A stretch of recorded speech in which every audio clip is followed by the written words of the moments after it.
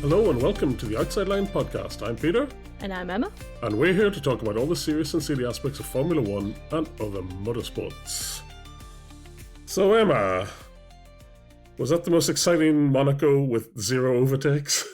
I mean, actually there was an overtake. Oh, was there? Okay. I saw one happen, so... But, yeah, I'll say this, the races this weekend were long. Oh yeah. Really long. A lot of red flags. I don't know if that's good or not, but yeah, long. Yeah, they were quite exciting. So there's quite a lot to talk about. So Yeah, we'll get to it in a minute. But let's start with weekly noise. So I wanted to talk first. Charles Leclerc has signed up for more years of sorrow, it seems. Oh, I mean, I get it. He's, Ferrari through and through. I understand. Yep. But is it worth it? Is it worth your mental health, Charles? I don't think it is. Yeah. Yeah. And then Crofty comes in with the stat that, whenever a driver has re-signed for Ferrari, they've never won the next race. So, thanks, Crofty. Yeah. The other thing I wanted to mention was the Madrid circuit. Yes. You got to play it in the F1 game. Did you ever go at it? No, I haven't had to go yet. I bought the content and I had to go at it, and I would say it's a Monaco style, Baku style, where it's driver versus track rather than anything fun. But you never know. Oh, so sad. It actually feels like an FE circuit in that it's That's not good. I don't very want easy that. to crash. I don't want that in my F1. Yeah, there's one corner which was really impossible, so easy just to like in Baku, into the section where Leclerc crashed, very similar to that. Yeah. Anyway, wanted to mention it Look forward to that one. We'll get to it sometime. Actually, when is it? It's not till September, I don't think. Yes, you're right. 13th of September. Yeah. Okay. Yeah. Well, hopefully the drivers still got some time. Get some practice on it. And then I also thought we should mention. I didn't really know anything about it, but Fred had to be taken to hospital or something. He did, yeah.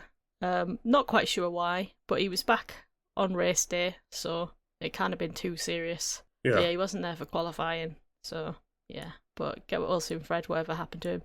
And also get well soon, Chris McCarthy from F2, who had an epileptic seizure during the weekend and was unable to commentate. Yes, I was wondering why it was Alex and Alice commentating. But they did I thought they did okay, given the circumstances. They did a very good job, actually. Yeah. But yeah. I've got one more bit of news. Oh, yeah. Do you know what day it is? Yes. I saw you put on social media that you're wishing happy birthday to the person that is most likely to get you cancelled. Yeah. I went to Wikipedia to look whose birthday it is, and there were two possibilities. Okay. Kanye West. oh God. Oh, no. And Wait. Michael Massey. Yeah. Yeah, it was Michael Massey. Two controversial figures, so I thought, Then I thought, I'll just look up Dan Ticktum's Wikipedia page, and there I saw it was his birthday. But I mean, three very controversial figures shared a birthday there. Interesting. God, what if people think that I was tweeting about Kanye? Yeah. Oh no. I think you need to be more specific. No, I wasn't going to make it more specific because it felt a bit cringy. I thought being mysterious would make it seem like I was cool and edgy. No, you're edgy, that's for sure. Edgy, yeah. But yeah. Yeah. Happy birthday, Dan, I guess. Let's move on to the race, in the F1 race in Monaco. The jewel in the crown of the F1 season, apparently. Allegedly, yeah. Yeah. I mean, looks like a nice party if you're in one of those big boats. But if you've got billions of pounds, then it probably is a good party. But, from what people were saying I saw on the Grand Prix travel subreddit that I look at because I go to Grand Prix. Someone was saying that they were in the stand near, like, opposite the swimming pool, and they just like let the people off the yachts come and stand on the stairs. Oh no! In front of the people who'd paid for tickets and stuff, which is really fucking rude, actually. Yeah. But you know. Oh, you'd be so angry. That would be so annoying. I'd be so pissed off. But also, like, you have gone to Monaco, so these people are clearly better than you in the eyes of Monaco. So yeah. Okay, let's start with quali. So I missed quali, so you'll have to help me. Well, I saw the highlights, but yeah. Anyway, in Q1 we saw Ocon, Perez, Berman, Bottas, Alonso, and Stroll go out.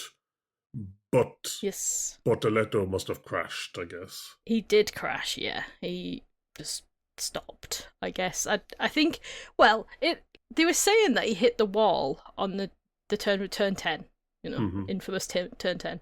But it didn't look like he actually hit it. So either he imagined that he hit it, or he did hit it, but you couldn't really see it on the camera. Anyway, he ended up in the wall. Okay. So, yeah. Yeah, so he did get into Q2, but then I couldn't take part. So couldn't take part, he's bottom of that. And then we saw Albon, Sainz, Hulkenberg, Colapinto, and Lindblad are the other ones to get knocked out, which meant that Gasly and Lawson are the interlopers this week. Yes.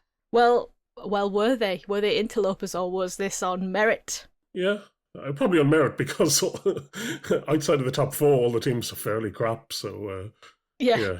Anyway, so the way it finished in Q3 was Antonelli just pips Verstappen at the very end by 40 milliseconds. What happened was Charles, I can't remember what exactly had happened, but like he hit the wall or something, or he messed up, and he essentially ended up doing like a one-shot quali for himself. Like he only had time to do one lap, which was, stressful for everyone involved. And then Max went fastest by quite a margin, and then Kimi existed, and I was annoyed.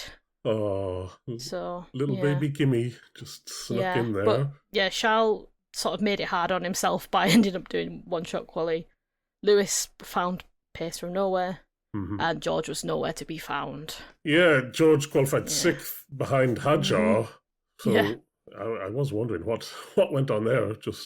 He's bottled it. He's Bottased it. Second driver syndrome. What I thought must have happened is that basically he tried to play mind games on Antonelli, but got in his own head instead, I guess, is what happened. Yeah. That's the way it looked like from the outside. Yeah, I honestly, couldn't have happened to a nicer guy. Yeah. Do you know what I mean? There's quite a few, for Russell haters, there's quite a few funny moments, I have to say, this weekend. It's been a good weekend for Russell haters. Eating well. And Alex Palou haters, so you must have... Oh, yes. Oh, I had, you know what, I had a really great weekend. Okay, let's move on to the race. Not a whole lot to say about Monaco strategy. Top 15 started on mediums, a few at the bottom started on softs, including Bortoleto from the pit lane, I guess, started on the soft.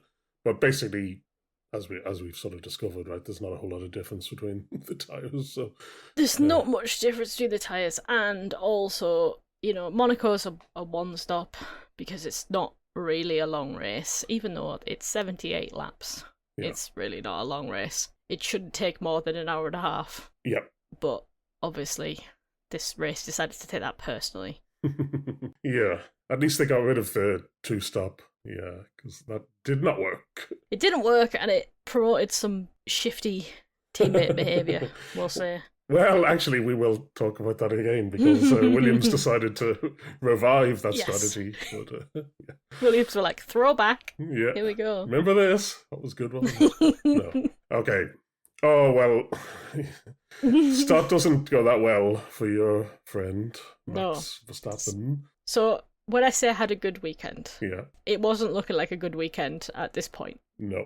This was devastating. Because, on the way to the grid, Liam's car basically was not functioning. Mm-hmm. So it didn't even look like Liam was going to get to the grid. He did manage it. And then the formation lap, Max got away slowly, and it was like, oh God, what's happening? And then, yeah, the start. Or rather, it didn't, did it? Yeah, poor Max just goes to get away and just goes nowhere. Just sort of dribbles off to the side. Car just stalls. Yeah, very sad.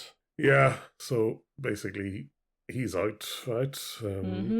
Yeah, limps it round and into the pits. Yeah, it's just something's gone wrong. And yeah, he goes to the media pen, he does his media duties, and then he goes home. Yeah, exactly. To watch the rest of the race on his telly. I'm sure he didn't mind that much, actually. Which, fair enough. Yeah. Don't blame him, to be honest. Do you think he has to listen to Crofty commentating, or does he have some like Dutch thing? What if he has Apple TV and he listens to thingy or F1 TV and listens to Alex Jakes? I reckon he's more of a Jakes person. Yeah, well, if you have the choice, I suppose. Yeah. Yeah, I was going to mention that because I watched the F1 TV coverage, and there was a moment. What did you think? Well, actually, we'll talk about it here. Where I thought it was fine. I thought it was quite good. But so Max doesn't have a good start. Perez also doesn't have a good start because he starts in the wrong place. Yeah, well, he's like 10 metres out of his box. And David Coulthard starts quoting memes in the F1 TV. He goes, it was at this point he realised and then stopped himself from swearing, I guess. But how does David Coulthard even know that meme? What is going on? Because he's a Formula Danker. Oh, yeah, that's it. That's what I think. Anyway, I did enjoy that. I can't imagine Martin Brundle quoting that. Well, so I didn't actually see the grid walk, but apparently someone pushed him and he said, Don't push me, mate, I'm nearly famous. So Perez got a penalty for being out of his grid box, but Russell did not get a penalty, even though he was also out of his grid box.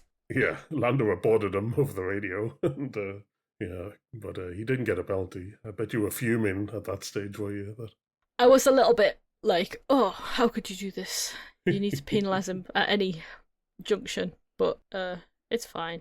Yeah. I've just looked at my notes and I've written, I am bored now, thank God this is a short race. I've done myself in here.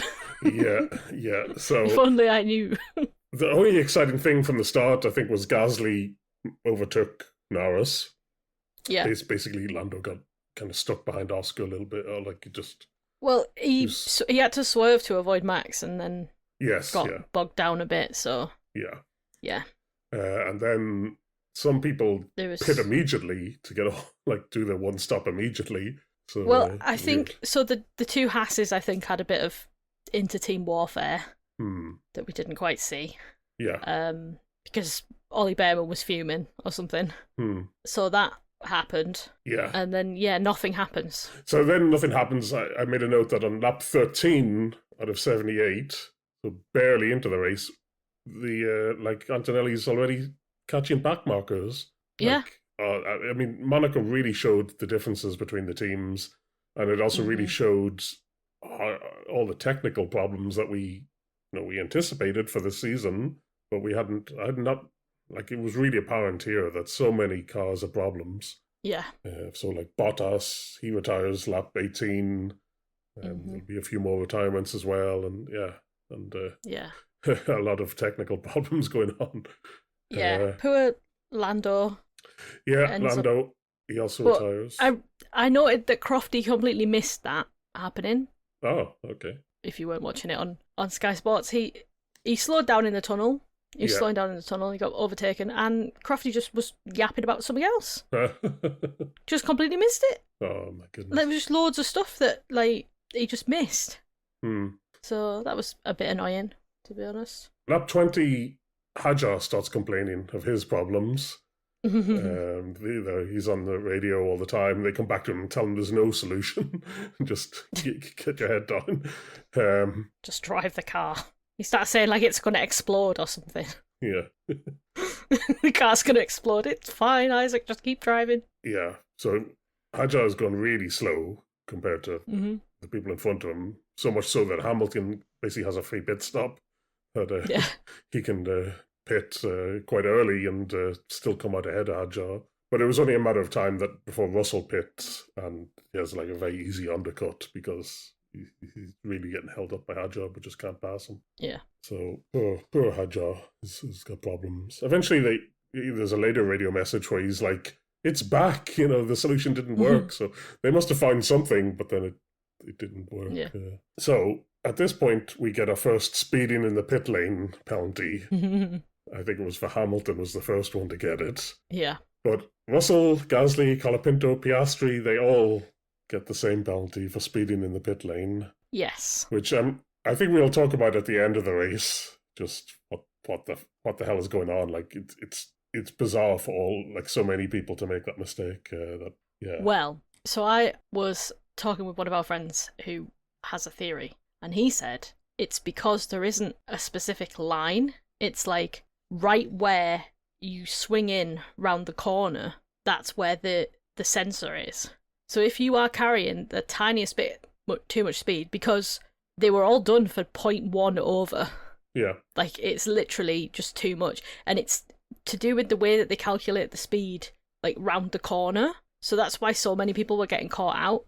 But, like, Crofty and Martin were saying, like, oh, it's probably damaged equipment, there's a bug or whatever. But I don't think that's true, because if it was a bug, then everyone would have got it.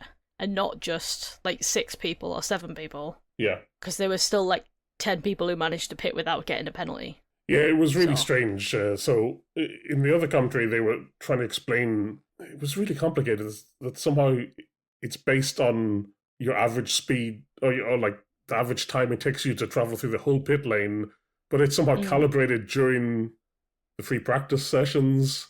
So if you do them differently, they were speculating that it was like, because you could sort of cut across Cadillacs, or the fact that Cadillac was there meant that it was different than usual, and there was bits that you could cut, and if you did cut them, you should. Yeah, it was very odd. It seems ridiculous. Like, I assumed they had a quite sophisticated way of measuring the speed or something. It turns out it's stupid. Yes, very stupid. Anyway, yeah, all of those people got penalties, which will have a big effect later. Well, we mentioned that Lando retires because of some power problem, but he does get to hold up Russell for a little bit, which was funny, which helped out Piastri a little bit, so he could get and stay ahead. So that was good. Lando did his job and then got out of there. And also at this stage, Albon and Sainz are doing the blocking that we talked about before to let each other pit. But Albon is really unhappy with it. He's fuming. He doesn't get that angry. Oh, it's always very reasonable. Like, he's like, yeah, I'm going to do it, but I don't understand it, and I'm really angry. But so it's sort of funny. And he almost messes it up because he makes a mistake at the Nouvelle Chicane, and I think Hulkenberg gets past. So almost goes wrong for Williams. It probably they didn't need to try any trickery. Yeah, I don't think they needed to, but if they can think of any advantage at the minute, because their car is not the best. No, so. Yeah, Hadjar still complaining about problems, Antonelli pits, Piastri pits, and then lap 53, something hilarious happens, which is Antonelli laps Russell. Yes, wow. Incredible. I wonder if we look back at this point as like that's when Russell really, like, that's when he really broke. I hope it was. I hope this is his, like, I'm going to say this is villain origin story, but he already was a villain. Yeah. So this just makes him worse, I think. Anyway, that's funny. But I don't know how it's possible. Like, how? I mean... Well, because Antonelli was fastest baby in the West again. Yeah. And Monaco is a very short track. I know, but surely, even in traffic, Russell, he's still in a fast car, and he did get past. No, he was held up a lot. Yeah, I know, but still. I think it is just the nature of Monaco. Like, you do always get a lot of people lapped at Monaco anyway. Yeah. But in these cars, obviously, it was a bit more obvious. Then, lap 60, Lance Stroll goes into the wall. He does. Now, in the interview afterwards, he blames the engine brakes. He says, like, it's very inconsistent. You don't know how much it's going to be, like, lap by lap, how much it's going to be each lap. But he also kind of goes over this bit of the track that's like breaking up. So I was wondering, did he smash it up, or no? It did was it contribute to his eroding. crash? It was eroding throughout the race because people had noted it throughout the race, like that bit of the track's breaking up, and he didn't think that it contributed to it. He obviously went over that bit. Yeah. But Sky Sports commentary were convinced it was that, basically. Because they want to be because he said like scroll. he'd gone onto like the left hand side of it where all the bits of tarmac were, because they thought it was tire marbles and it wasn't. It's these bits of tarmac. Yeah. And they thought that that's what had like sort of launched him into the barrier, basically. But when it happens once, it's kind of, you don't know. But when it happens again to a better driver, you're kind of like, what could this be? Yes, but that other driver, we'll save it as a surprise in 2 minutes' time. He also blamed his brakes. Yeah. So I really don't know. Yeah. It could be that the brakes are that bad on these cars that it is just launching them onto the barriers. But we don't know how much is caused by the brakes and how much was caused by this errant bit of tarmac, really. Yes. Anyway, so Stroll goes into the wall. Obviously, they have to bring out the safety car. Most people box. I think Lindblad doesn't box. Gasly doesn't box. Leclerc on the radio says they shouldn't have, but still, the Ferrari, Antonelli, he missed, like, they were like 1 second too late to tell him to pit. Yeah. But I think it didn't matter anyway because he was able to go around. He was far enough in front to figure it out anyway. So I was, again, watching Sky Sports, just before this happened, Bernie was saying that she would make the Ferrari swap so that if there was a safety car, Charles could go in first and get his pit stop done and not have to wait for Lewis, who had the penalty. Yeah. And then as soon as she said it, that's when Lance went in the wall. So they hadn't even had time to do it. But yeah, I agreed with her. That would have been a clever thing for Ferrari to do. But unfortunately, Ferrari and clever strategy are not common bedfellows. Yeah, that's very interesting that, former race engineer Bernie Collins is thinking about the safety car and people having to serve their penalties. Yeah. And but also some other teams weren't thinking about that, or at least the pit crews weren't thinking. It's the same as... So Bono came on to Kimi and said, way before this, that if there's a safety car, we're going to pit. And Kimi said, there's no point. I don't want to. Like, you don't need to pit again. And Bono was like, no, only if there's a safety car and we can do it. So it did surprise me that when there was a safety car, he didn't bother to come in and pit, because he said, like, he sort of hesitated and was like, what do I do? Yeah. Like, mate, he already told you what to do. But he still needs to know if the team's ready to receive him. Like, it'd be worse if, imagine he came in and the team weren't ready and then they're scrambling to get the tyres, it'd just be a big mess. So yeah, but like, how much of a time loss would that be compared to having to go around for another lap? Yeah, well, it didn't matter in the end. It would be a lot less. It didn't matter, so, but yeah. It could have. I mean, they showed him sort of dawdling at the pit entry, waiting for the call to whether he should do it, and then he didn't get it. Like, they were like, like a second too late with the call. They were a second too late, yeah. But yeah, I think that he should have been paying attention. It's typical teenagers, don't listen to what they're told. Anyway, so we're talking about Mercedes. Russell comes in behind Antonelli for some reason. Yep. I thought, surely They told him to stay out, by the way. They told Russell to stay out. They told Russell to stay out. Oh, so they... But he just came in, anyway. Yeah, okay. Anyway, so he's stuck behind Antonelli, waiting, and then he goes into pit, and he should be serving his penalty. Yep. But the crew just grab his tyres and start working on the car immediately. Well, the front wheel guys did hesitate briefly. That's right. The front right weren't going to touch the car, noticed everybody else was working on the car, and we're like, okay, go for it, because it'll just make it worse if we wait. So so some of the crew understood, but some of the crew didn't. But big, not the sort of mistake you expect from Mercedes. No, but I think just hilarious. Maybe they were caught unawares. Like, I don't know. You would think about it, wouldn't you? You would be aware of the penalty. I think it's just because it was the double stack and because they are, it's a reflex almost, right? The Yeah, car just go comes as in, quickly as just go possible. dum. So like you really have to like be thinking, don't touch, Yeah. don't start, and I think the double stack probably just Yeah. messed up the Which is probably why Ferrari didn't swap them round. Because if you're preparing for the first car coming in and going, right, this is the penalty car, yeah. and then rather than I've done a quick pit stop, I'm going to do another quick pit stop. Yeah, it could be, but so as you say, Hamilton did serve his penalty, and I guess did hold up Leclerc a bit.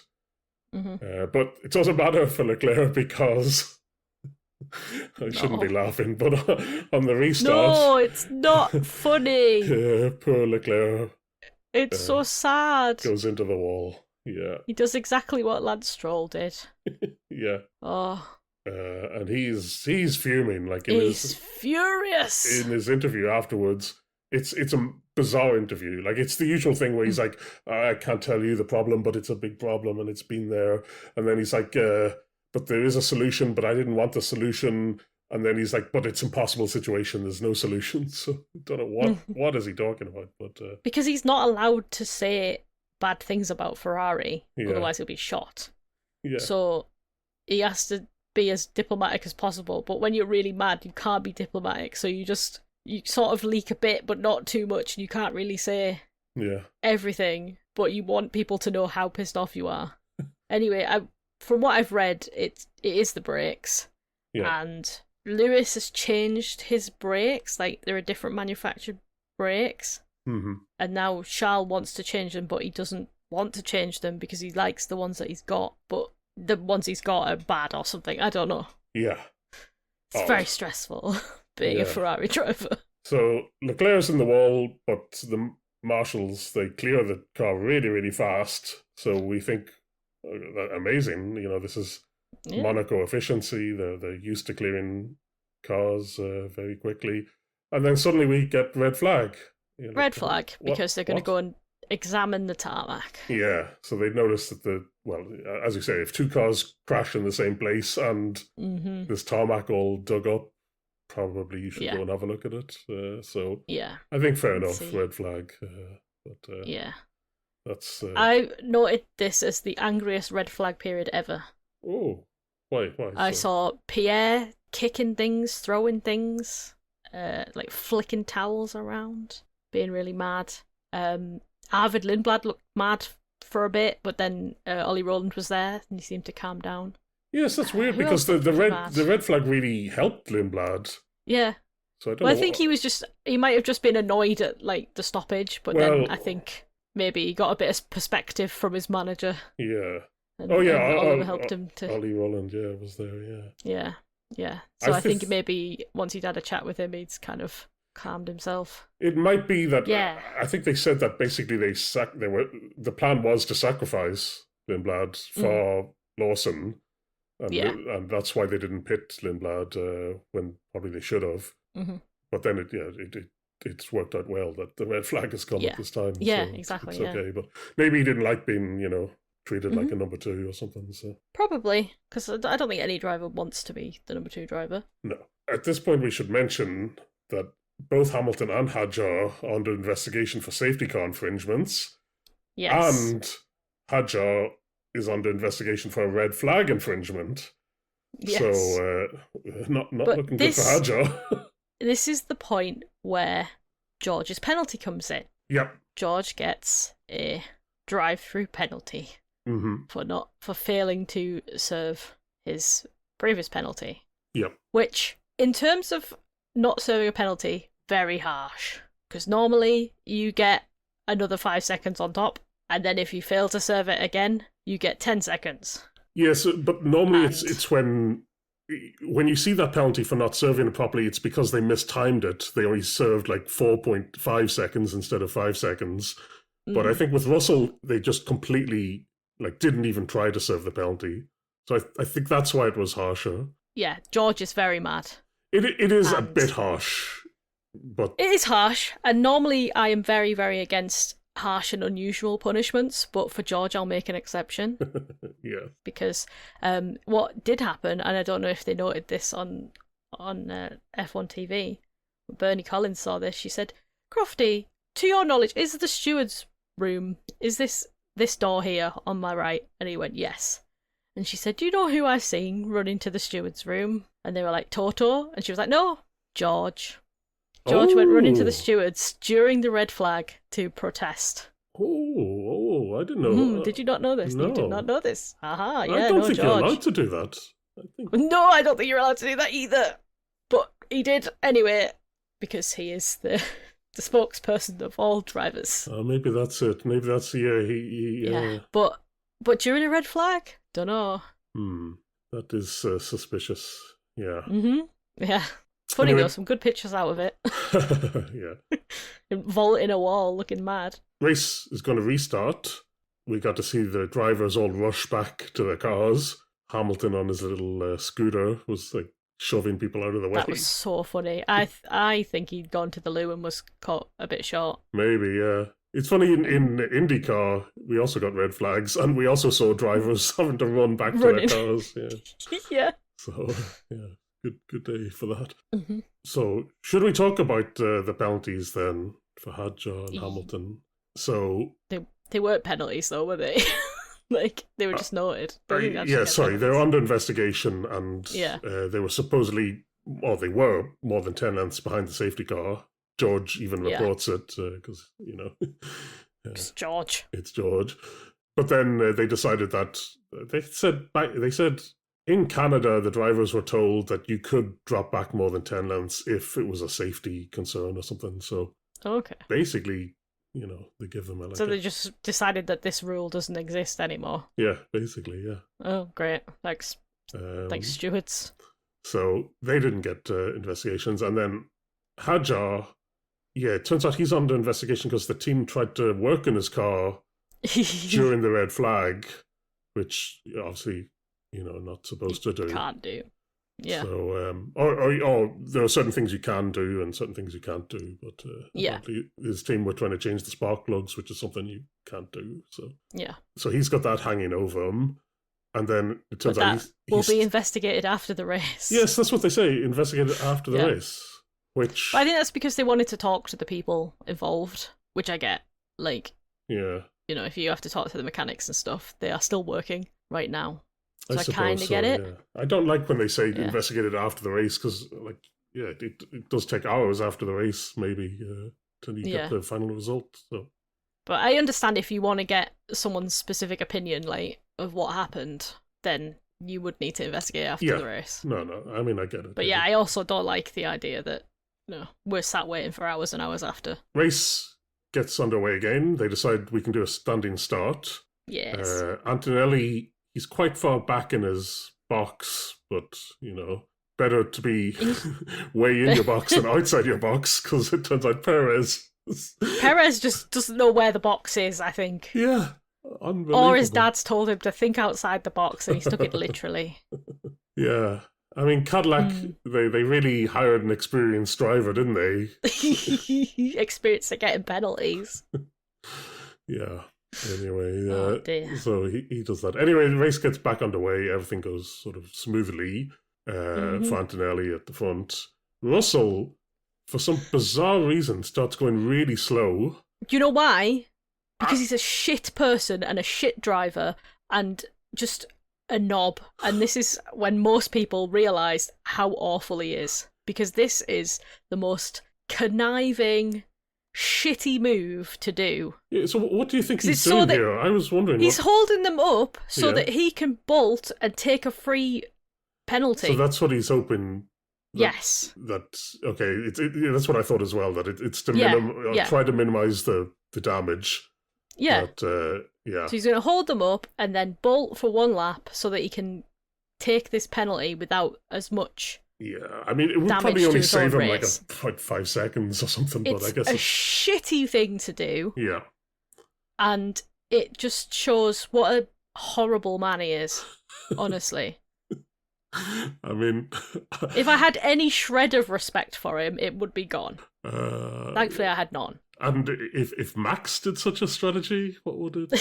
how would you feel? Be genius. Yeah, okay, yeah, that's what I thought. Anyway, the upshot is poor Sainz gets basically clattered by Hulkenberg.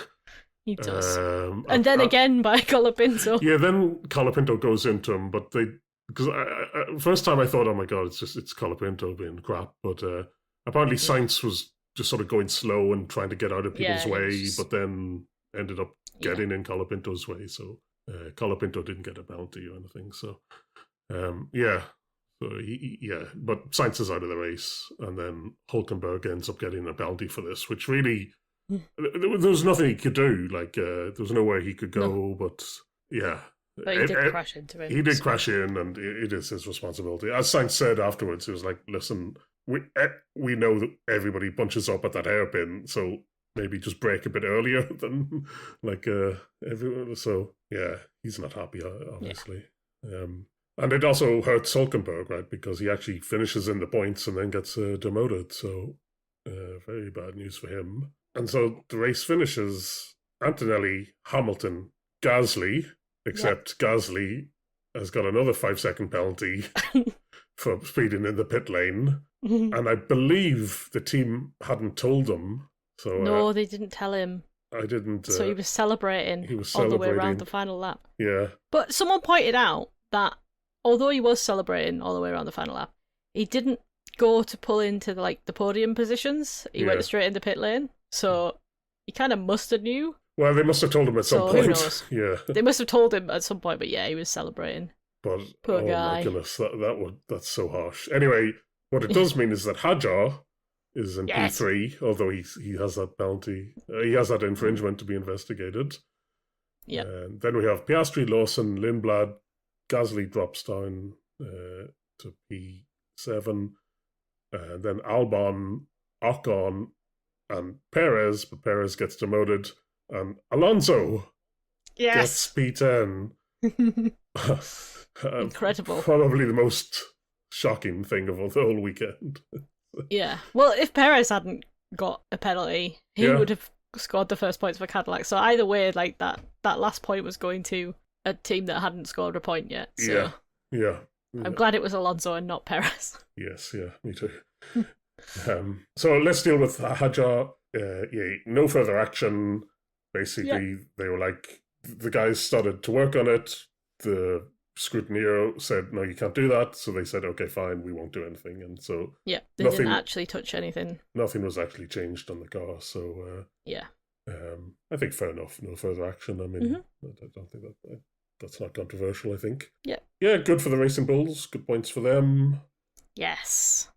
Hamilton was pretty happy. Like in the interview, he was much happier than I'd seen him at Ferrari. He was like, I told the team last year what I needed, and they've started to give it to me, and he's starting to get podiums, isn't he?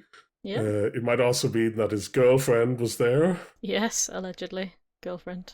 I mean, she was there. She was there. She was walking around, and but for some reason she's in the cool down area. Because have you seen this video of her stealing Antonelli's towel? No. Why is she there? I know. Why is she there? Why is she there? You know the little podiums they have where they have to put on their watch and stuff and but there's a towel there to wipe themselves, and she just picks up Antonelli's towel and takes it for herself. Why? Because mental. She sees a towel and she thinks it's for her. Yeah. Yeah. So poor Antonelli. God, I hate these stupid people. How dare you? Oh, I wish you hadn't told me that. Now I've got a vendetta against Kim Kardashian now. Yeah, you can't steal things from a baby. Yeah, it's taking candy from a baby. You literally taking a towel from a baby. Yeah. You can't be mean to a baby. But it's funny, Antonelli. Someone's either pouring water over him or someone's nicking his towel. He's just. He can't get any kind of relief at the end of the race. Oh, poor child. Well, child, but that's his 5th win in a row now. It's crazy. Yeah. He's way ahead of Russell now in the championship. Which I still think Russell will come back, but I mean, we saw it with Oscar and Lando last year. Yeah, or with Oscar and Max even, just a huge gap. Yeah, the huge gap. Completely gone. But, I mean, George is down to P3 in the championship now, so... Yeah, it's funny. But, behind Lewis. Yeah, fair play to Lewis. Second. What if this is actually it's Kimmy's to lose, but to Lewis? That would be great. Then what? That would be great. I'd like that. Yeah. Okay, shall we very quickly go through F2? Yes, because there's not much to say about it. Yes. So, I recall last week you were saying, well, at least F2 at Monaco will be exciting. Oh, no. I've jinxed myself so hard Yeah. this entire last weekend, whatever, because, my God, if there was an advert for the most boring F2 races that I've ever seen, it was these two. Yeah. So, very quickly, in qualifying, Miney crashes Van Herpen out.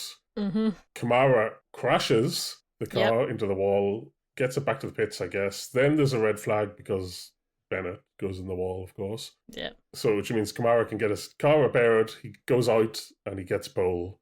Insane.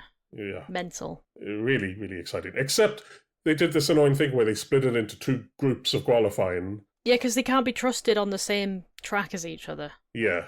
Which, fair enough, it's F2, and they're crazy. Yeah, exactly. But still, there should be a shootout. You should have like a Fast 6 or something. Like, I mean... Oh, yeah. Yeah. I think it's stupid. They should do it like Formula E. Yeah. Duels. They should do it duels. Yeah, I agree. But anyway, I think that's really annoying because, you could come second in one group, but be faster than, whoever tops the other group. So. Yeah. Okay. Stupid. Then, in the sprint race, we've got Leon, Belinsky and Mini are your top three there. Dirksen got a penalty for blocking, so he should have been, I think, on pole even, but so he's screwed. Then race starts. I wanted to mention Dunn refers to Martinius as Martinius and not Horny. Yes, not Horny. So I wonder, has he been told don't call me Horny on the radio? Well, I don't know if it was that or if he was in a bad mood with him. Yeah, he was a bit angry. He was a bit mad. He felt Martini sort of blocked him off a bit because then he had to cut across the pit lane bit. Yeah. In the first corner, and so I also wondered if it was a bit of like PTSD from last year. Where he's like, That's what I thought as well. Yeah. I can't be causing another crash. Can't take the corner. Yeah. I'll just pull out of it now before I cause any issues. But I mean, I think they investigated it and they said it was fine because I think Van Hopen's cut that corner and gets a penalty. So it's probably okay. Then we get absolutely fuck all happening. Yeah, nothing. Because nobody wants to get a penalty for the feature race, so nobody actually wants to try to overtake. The only thing they're trying to do is get the fastest lap. So what happens is they go slow for a bit, create like a gap of 5 seconds in front of them, and then go fast for a lap. And then it's just this happening over and over again. So really nothing happening. And so it finishes the way it started. No Leon wins it, then Belinsky, then Gabriella Mini. So really not much to talk about. Yeah, literally the most boring sprint race that there has ever been. Yeah. Then in the feature race, Kamara's starting on pole, then Solov second, then Dunn third, and Stenshorner fourth. Stenshorner gets a terrible start, and that's his race screwed. Then nothing happens until we get the pit stops. Kamara comes out ahead of Solov, but is under pressure and is on cold tires, and then what goes off? The outlap that he does is possibly the worst outlap I've ever seen anyone do. He has no grip.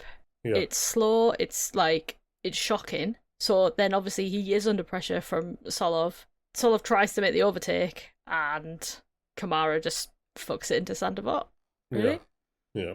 And then his engineer comes on the radio and shouts at him. Yeah, I missed this, but I heard people talk. Shocking. That's really bad. It was shocking. It was so unprofessional. I was not having it. I've seen a couple of people say it, and I thought this as well. I thought it was Kamara having a go. Yeah. And then, the little writing on the side was, in yellow, as in this is the driver speaking, and he was like, I'm really sorry I had no grip. Yeah. And it's like, oh, right, it was your engineer shouting at you. Yeah. Great. Mad. Yeah. Okay. Bizarre. Yeah. Mm-hmm. Really not cool. I mean, yeah. Yeah. Just anyway, really unprofessional. So Solov wins it, Dunn is second, and then Bogdanovic third. Followed by Miney, Stenshorner, Mayata, Fittipaldi, Montoya, Leon, and Belinsky. Yes. There was another thing another couple of things to note about that race, though. Oh yeah, I didn't see really much of it, so yeah. Yeah, so one thing I've noted is I think Ollie Goethe is the new Victor Martins. Oh, is he getting bullied? He's just getting bullied by everyone. But also, it was like the second to last lap, and a couple of people hadn't pitted, so Colton was the first in the queue to pit. I think it was Colton, Boyer, and someone else. And as they were coming into pit, someone ran in front of them across the pit lane. Oh yes, I did see that. Yeah. Yeah. So yeah. Foolish. Yeah, just bad from F2 this weekend. Yeah. Yeah. So what it means is that Solif is now 1 point behind Mini in the championship. Then there's a gap of about 20 points to Stenshorner and Dunn, and then Leon, Beganovic, Kamara, they're all kind of there or thereabouts. So yeah, still pretty tight. Mm-hmm. As it's always like that in F2, but yeah, nobody running away with it anyway, at least. Great, let's get to IndyCar. Yes. So it was the, what's it called? Bomarito Automotive Group 500. Why did they call it the 500? I wondered that because it's not 500 miles. 325 miles. Yeah. It's 325. It's 500. Why did they call it 500? 520 something kilometers, but there's no way Americans using kilometers. So. Yeah. Yeah, so, I think it's just to so it sounds like the Indy 500. Yeah. Yeah, I was also annoyed at that. Yeah. Mm-hmm. They shouldn't got to. Also, did you see the guy from Bomarito giving the command? No, I skipped that. He gave a big long speech. I hate when they do that. Did he? Yeah. I hate people like that. Just say the command. Just say it. Yeah, exactly. It's really easy. Yeah. He went on and on and on. It was really annoying. Like advertising his business and stuff, which I guess. Well, that's what they do, though. They just take it as an opportunity, don't they? This is what these business people are like. Anyway, it's in the little short oval in well, just outside St. Louis, and it's sort of a weird oval. Like it's not even like it's a weird shape, and the angle of the banking is different. On each curve and each side. So very odd little track. I quite liked it. It's quite fun. Yeah, we all know how I feel about a short oval. Yeah, I love them. You like them, yeah, exactly. You know, the way you said that. Love them. Yeah. Well, I mean, it's most likely when I say we all know how I feel about a thing, it's either she really fucking hates it, yeah, or she really loves it. Usually hate, but anyway. Usually hate. Yeah. So short ovals and Dan Ticktum, that's about it. And Kanye West, yeah. Right. Well, I bet you weren't loving the quali, so no. Qualifying they go out one by one, which is how they do the qualifying at the short ovals. And people, are getting a bit faster, a little bit faster, a little bit faster. Malukas puts in a really good lap. At least we think it's a really good lap to get on the pole. Half a mile an hour faster than everyone. So by the time we get to Malukas, who's like, is he third in the championship? Yeah. At the minute? Yeah. So we've had nearly all the drivers, right? Everyone's going about average 173 is the fastest time. And then here comes David Malukas and he goes 174. And you're like, yes, come on, this is it. Then here comes fucking Palou cheating again and goes a whole mile an hour faster. Yeah. How? Yeah. I was furious. I was fuming. I was not watching IndyCar again after that point. I was done with it. Yeah, I started to believe that there must be something going on here because there has to be something. That's not possible. It's not right. It's not right. Yeah. How is it that every other single person has gone around the same, and then he pulls a whole mile an hour out of his fucking arse? Yeah. It's unbelievable, yeah. Well, maybe he's just really good and the car is really, really good. But no, you can't keep saying that because there has to be a point where we need to look at the car and take it apart and not give it back. Mm-hmm. That's what I think. Anyway, below first, then Malukas, Kirkwood, Rossi, Scotty Mack, Armstrong, Dixon, Newgarden, Award, Rossi, your top 10 in quali. We should also note, for no reason, Ericsson P12, VK P13, Rasmussen P19, Collette P20, and Willpower 21. Yes. So, those guys pretty far back, they won't, surely they won't matter in the race. Well, it's a short oval. Yeah. Anything can happen. Well, we're not going to talk about it, but in Indy Next, Miles Rowe did last to first in a short oval. Last to first. So, yeah. You can't do it. Yeah. I think they said it's the first time it's ever happened as well. All right, well... in Indy Next. Maybe you can't do it. Maybe one person can do it. Yeah, maybe that one guy can do it. Yeah. Not even Dennis Hauger did it. Yeah, well, speaking of Hauger... Because he... yeah. He doesn't get to even start the race here. No. Because but you know what? He got points. Yeah, he got 5 points. Somebody was like, yeah, he was deemed to have actually started the race or something, so you do get a little bit of points. So, yeah. Crazy. Well, it's IndyCar points, don't mean anything, do they? So. Yeah, someone tell Alex Palou that. Start time for the race was moved because they could see there was big rain coming. Yep. And you can't have rain on an oval. Nope. I forgot that this is the place where they do the big boom during the formation lap. The massive explosions. Yeah, that was cool. It looks cool. It's so American. Yeah. Yeah, I should mention 260 laps. Yep. So, you need to go 50-something, right? And then pit, right, if you're going to do it on 4 stops. So that's kind of what everybody's going to do. So, race starts. Pretty clean start from everybody. Nobody's really moving, at least at the front. Ericsson gets up. He's carving his way through, isn't he? He does about 6 passes, 7 passes. Yes, in his first stint. Those guys coming up from the back. So Ericsson is up to P4 by lap 20. And the other guys I mentioned, Rasmussen, VK, Power, and Collette, are also kind of making their way up. But John Hughes making his way up. Yeah, but he's not that far behind, is he? I guess he's no. He does make some passes, though. He does, yeah. It's true. Yeah. So what you have actually happening is that, Palou just leads it till lap 42, but then he catches up with the traffic. Stingray Rob is just going slow, so he eventually Stingray Rob defends for his absolute life here, and I don't know why, but I'm proud of him. Yeah, well, that's what we like about IndyCar, is that they fight. They really fight to stay on the lead lap.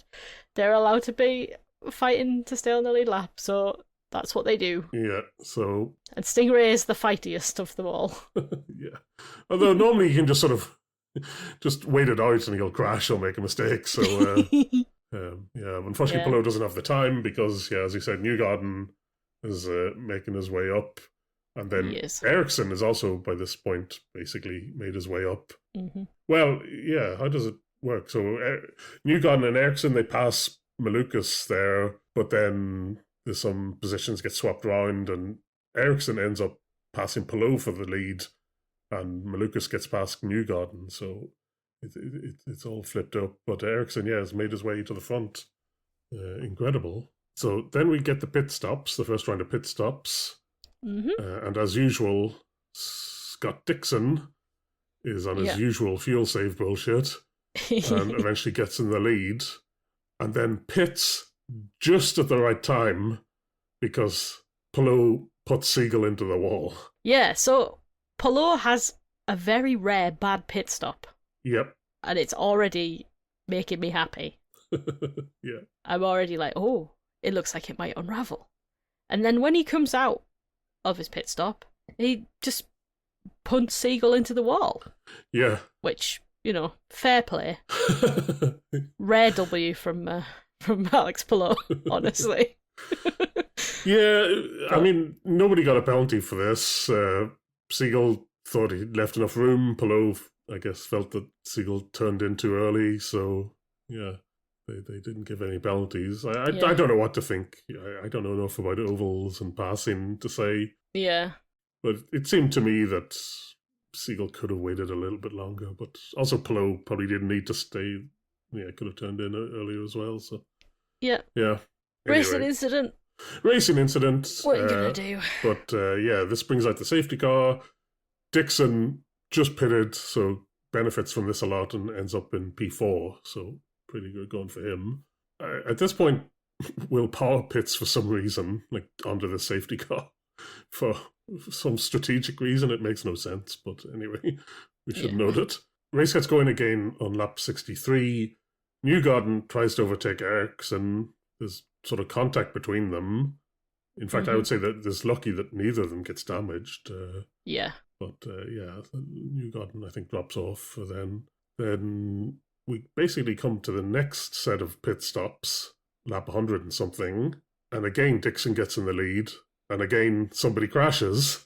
In this case, Graham Ray Hall. Yeah. Crashes. But Dixon hadn't pitted, but Kai Collette had just pitted.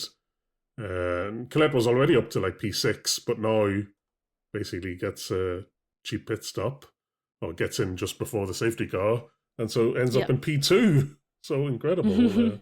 Crazy. Another fast baby. Don't know if he's a baby. No, he's 24, I think. Oh, right, okay. He's not a baby. Yeah, but he is a rookie here, so yeah, fine. Although, speaking of babies, did you hear Rasmussen's spotter talking like baby talk to Rasmus? He was like, "Yeah, well done, buddy. You well really done, buddy. Yeah, you did it. You did real well. Real good, buddy." And then Kristen's like, "Please stop. I don't need this." Yeah, he goes, "Shut up."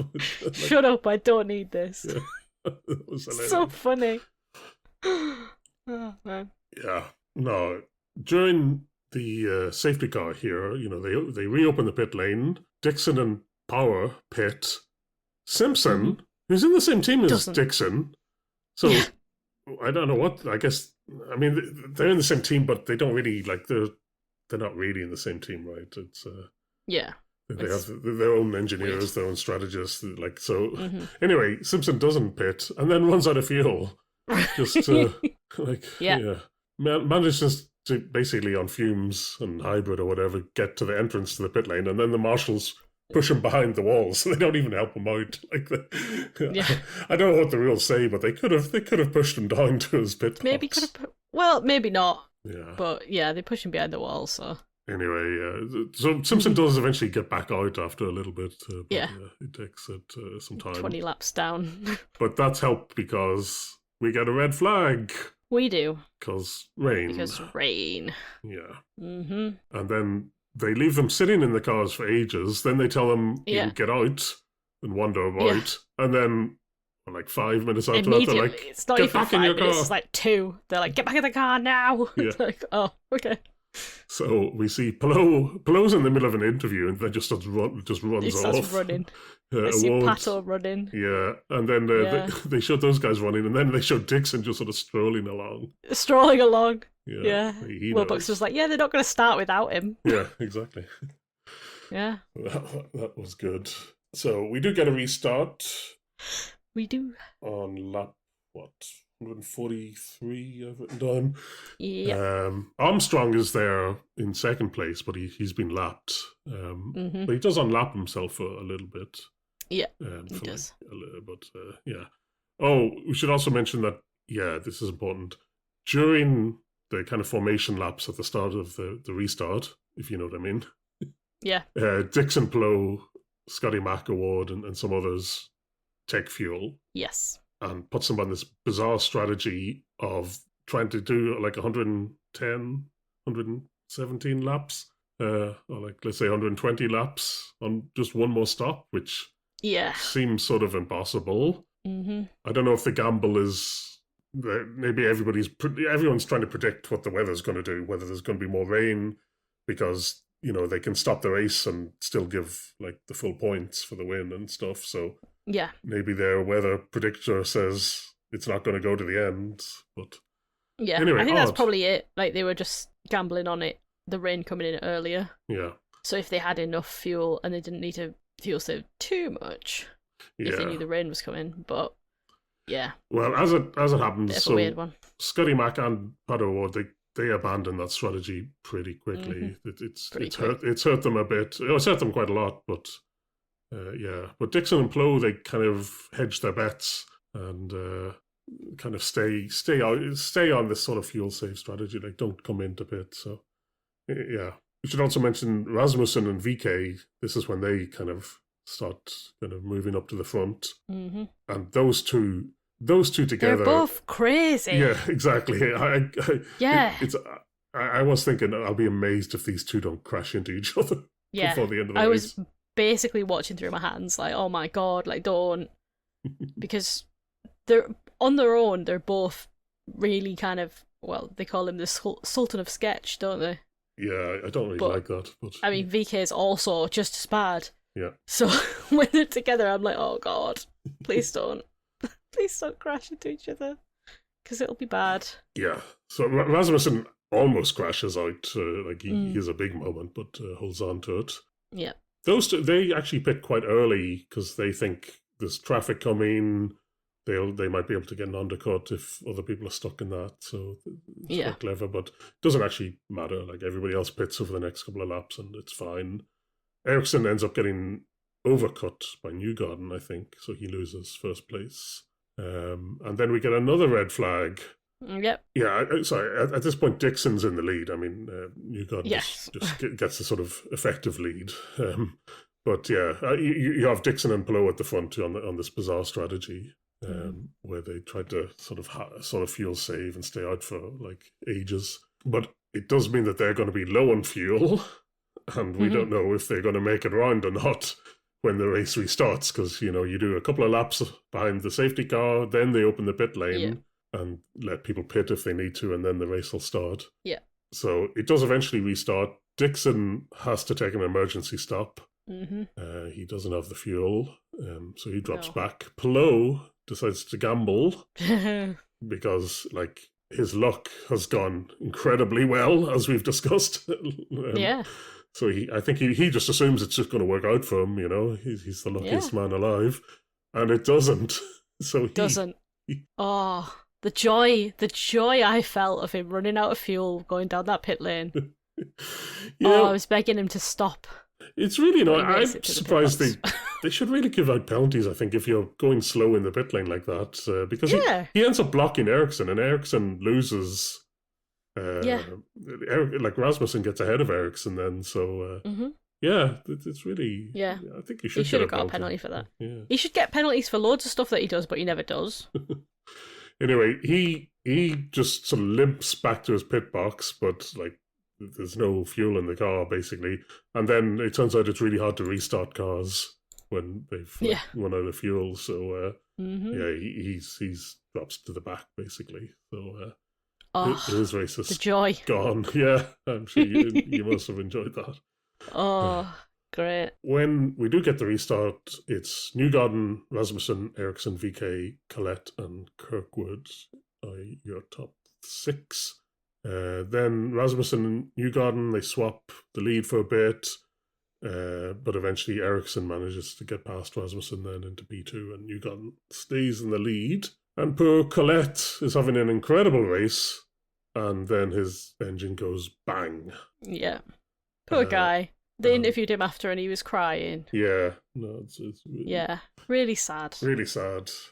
Anyway, this all rain brings out the safety car. It wasn't really clear to me, but we do get a safety car, and a few people pit for new tyres. So Scotty Mack, Pato O'Ward, and Will Power all take new tyres. Yep. I guess it's essentially a free pit stop for them because of, because it's so short and oval, and some people are on the lead lap, some people aren't. So basically, there was no danger for them if they pitted. Yeah. So a couple of them do pit, and they've got new tires. Whereas like the top, I want to say 5 or so, they are the ones who are on the old tires. So race restarts lap 234. So 26 laps left. We're told we should be watching McLaughlin and Award and Power to make their way forward on their new tyres. Yep. Although, as it turns out, I think only Scotty Mack is showing some pace. But even then, it's like I don't think the tyre offset is enough actually. So no, it really isn't. Yeah, we didn't get to see them join the fight. But we do see Ericsson and Newgarden. They basically go off together. Newgarden leading. But Ericsson, he was very good. He always came good at the end of stints. So, there is some hope. Because I don't want Newgarden to win either. I don't want Newgarden to win. The VK and Rasmussen, they do fight, but I think Rasmussen just has way more pace, so eventually makes a gap there. And so, yeah, we're just hoping that Ericsson can basically catch up and pass Newgarden, but it doesn't happen. No. Meaning Newgarden wins Sad. again at another oval. Another short oval. So, no surprise, I guess, but yeah, still. Anyway. Ugh. Newgarden wins, Ericsson second, and Rasmussen third. Then we've got... but at least it's not Palou winning. Yes, exactly, yeah. We got someone new, even if it is a Penske, and even if it is Newgarden. Yeah. Then just to finish the top 10, VK, McLaughlin, Kirkwood, Malukas, Power, Armstrong, and Lundgaard. Award came P11, so he was just outside. Just outside. Yeah, so, as I said, no Palou. Mm-hmm. It means his lead in the championship is cut to just 49 points. Oh, thank God, yeah. Kirkwood is there. And then you've got a bunch like Malukas, Lundgaard, Awards, Newgarden all kind of there together. Yeah, really good results for Ericsson. I think, we talked about him at the start of the season. He seemed to be going quite well and then dropped off a bit, but has, come back here. But looked really good. I mean, this is make or break for him this year, I think. Yeah, I think so as well. Yeah, Dennis Hauger's waiting. So. Yep. Yeah. And he either has to convince Andretti to keep him or that he's worth signing, like another team to sign him. Mm-hmm. Also, really good day for VK. Yeah. For Honkus Hollinger Racing. They're not normally that good, so good points for them. Also, really good for Rasmussen. Apparently, he'd signed. They said before he'd signed a new deal with Carpenter Racing, even though he was at like the bottom of the points, like he had basically no points this season. But if they like him, and they like his work ethic and stuff, or they think we can work with you for another year, then why not? Sure, I mean they might like regardless of the points. Yeah, but you still like. I think you explained to me once this winner's circle thing that. The weirdness. You need to get in it to get any money, so you can like somebody all you want, but if they're not getting points, so it was a big statement, I think, for them to sign him and stay with him, saying that look, you're at the bottom now, but we know you're good, so we'll keep you. So really good result for him, third place. Can you guess where he is in the championship now out of 25 drivers? Oh, like 20. Yeah, you're right. So I thought you were going to say something much higher. Yeah, 22. No. 22. Oh, right. Okay. So still basically at the bottom. Still behind Nolan Siegel, for example. But, Yeah, but that's because when Christian Rasmussen crashes, it's in a spectacular fashion and puts him out of the race. Yeah. So, yeah. But then also, Nolan Siegel does crash a lot too. So let's finish on our usual features. Firstly, was it a waste of time this weekend? I was going into this weekend thinking Monaco's going to be shit. It's going to be boring. But actually, it turned out to be all right. Was it a waste of time? No. Was it longer than it should have been? Yes. Yeah. A very long weekend. There was just quite a lot of racing, but it was good. It was exciting stuff, and Mm-hmm. Yeah, a lot of unexpected events, so that was good. Yeah. Great. So, who was your driver of the day then? Who do you think? Rasmussen? No, in F1. In F1, Hadjar? Yeah. No, Liam. Oh, okay, Liam. P5 Liam. We didn't talk that much about him, yeah. We didn't talk that much about Liam, but P5 for Liam. Yeah. I know it's a great result for him. And, going from on the formation laps and the laps to the grid thinking his car wasn't going to work, so you ended up P5. Yeah, Liam. Yeah, fair enough. Fair enough. Very good. Yeah, I'd sort of forgotten about him, yeah. Most people do. I don't. Right, so what about, do we have Emma's attack mode this week? Oh, yes. And it's a bit of a weirdly niche one. Okay. But basically, when you record something so we have a Virgin Media, other boxes are available, I guess. But when you record something, it only records that time block, and I think it also does like maybe 15 minutes over, which is not enough of a buffer for live sport, let's be real. So with qualifying, I recorded the qualifying because I was busy on Saturday night. Went to watch the qualifying, and so Sky Sports F1 had dedicated an hour for IndyCar qualifying. IndyCar qualifying has never been an hour, ever. So I don't know why they only dedicated an hour to it. So I had to go. I hadn't like recorded the next thing along, so I had to go back through the thing to find the next. And like, it was just such a fucking faff. And then the same with the race. So last year this also happened to me because again the race was on at like 2:00 in the morning, and it overran. But so I'd gone through the faff of that, and I thought this year I'll be clever and do it. But because there were so many red flags, it actually went over like 4 programs on the Sky like schedule. So I had to go back and like find it and then scroll forward to a bit where it was, and then it was just like, it was so fucking annoying. Like, in terms of attack mode, this is probably one of the like tamest ones. But well, what a faff. I'd like to add to this, which is Tom Gaymore, who does the Sky coverage. He put out a tweet at like 9 in the morning or something, not a tweet, like on Blue Sky, saying like, incredible win, or like another incredible win for the guy with his foot in a boot or something. So my God. So I was just scrolling through, like I'd recorded it like you, and my one was also cut off, so that was annoying. But so just, I don't follow anybody related to IndyCar, so I thought I was safe. Tom Gamer's the only one I follow, and I thought, he's a professional. He's not going to He never does spoilers. Yeah. He doesn't do spoilers. He's usually good like that. Yeah, how dare you, Tom Gamer? It was so annoying, because in the coverage, he even says things like, for those of you who've recorded... So he knows people record it. It's like... Yeah. Why does he do that? Really... But also the fact that the race is like... The race was essentially like 4 hours long. Yeah. With all the red flags. So even at 9 o'clock in the morning, if you'd woken up at 6 o'clock in the morning, you still hadn't finished it at that point. Yeah. Like, it literally took me 3 hours to watch the full race, and that was, like, fast-forwarding through the red flag bits.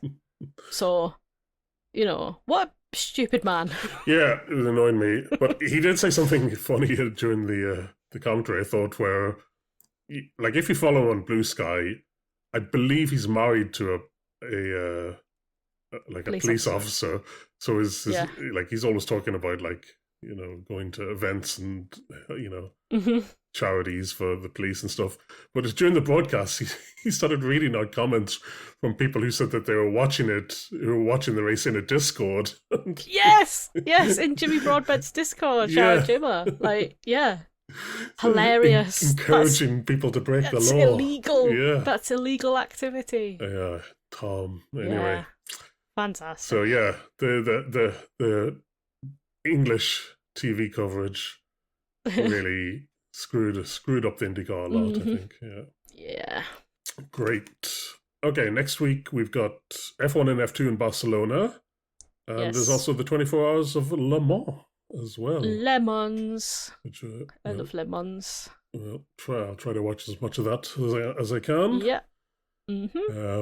So, thank you for listening. If you have any questions or comments, our email address is theoutsidelinepod@gmail.com. We are also on Blue Sky at The Outside Line Pod. Otherwise, we'll see you next week. Bye. Bye.